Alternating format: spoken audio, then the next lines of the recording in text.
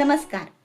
सादर करत आहे प्रसिद्ध लेखिका आणि कवयित्री श्रद्धा बेलसरे खारकर यांची कथा झरोका. अभिवाचन अपर्णा अवधानी आणि भाग्येश अवधानी. चला तर ऐकूयात मग झरोका.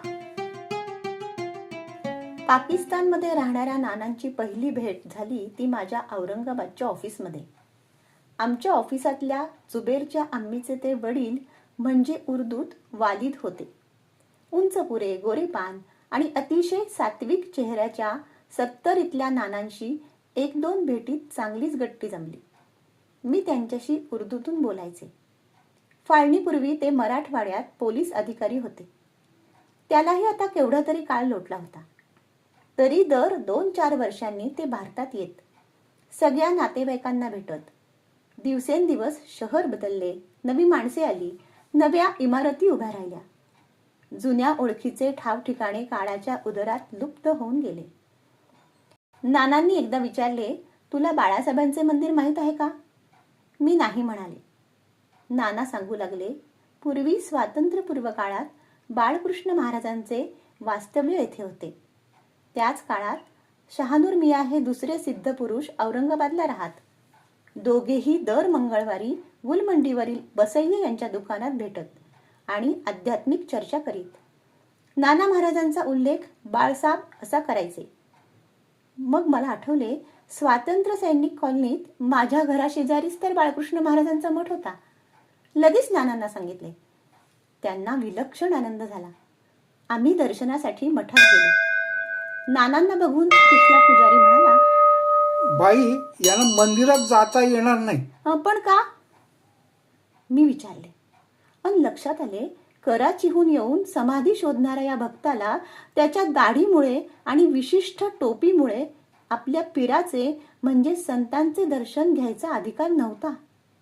मात्र आयुष्यभर समाधीजवळ राहून कधीही दर्शन न घेणारी मी गाभाऱ्यात जाऊ शकत होते. मी चिडले. म्हणाले, अहो, हे मुद्दामून कराचीहून दर्शनाला आलेत. पण पुजाऱ्याचा ठाम नकार. बोलताना मला थांबवून नाना म्हणाले, नहीं बेटा, झगड़ा नहीं करते. एक बार के झगड़ने से जिंदगी भर के लिए परदेसी बना दिया. झगड़ा नहीं करेंगे. माझे डोळे भरून आले. मी उद्विग्नतेने म्हणाले, नाना, चला आपण उस्मानपुरातल्या शहानूर मियाँ दर्ग्याला जाऊ. ते उत्तरले, बेटी, असू दे. तू गाभाऱ्यात जाऊन दर्शन घेऊन ये. मी तुझ्या डोळ्यात महाराजांचं दर्शन घेईन. मी इथंच थांबतो. समाधी जमिनीखाली होती. मी खाली गेले. रडू येत होते. मनात विचार आला, देवा, इतक्या लांबून भक्त दर्शनासाठी आला आहे आणि त्यालाच दर्शन नाही. खूप वेळाने अश्रू आवरत मी बाहेर आले. नानांची थकलेली, वयामुळे थोडी वाकलेली मूर्ती शांतपणे मंदिरावरच्या बाहेरून सहज दिसणाऱ्या महाराजांच्या तसबिरीकडे बघत उभी होती.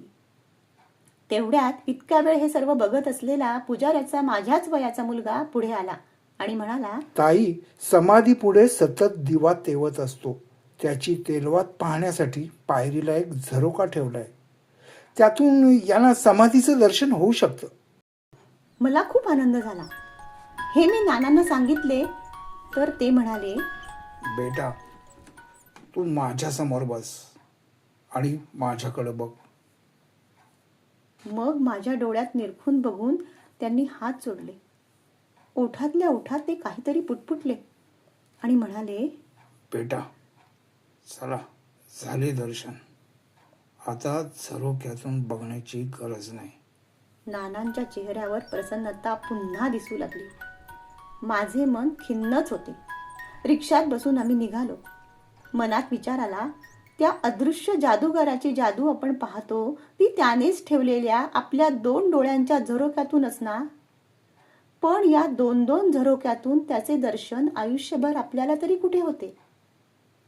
मग दर्शनासाठी नानांनी अगदी आतला कोणता झरोका उघडला होता बरं? धन्यवाद मित्रांनो. कथा कशी वाटली? अभिवाचन कसं वाटलं? याचा अभिप्राय कमेंटमध्ये लिहून नक्की सांगा. आवडल्यास या व्हिडिओला लाईक आणि शेअर करा. या यूट्यूब चॅनलला सबस्क्राईब केलं नसेल तर आवर्जून सबस्क्राईब करा आणि इतरांनाही सबस्क्राईब करायला सांगा. धन्यवाद.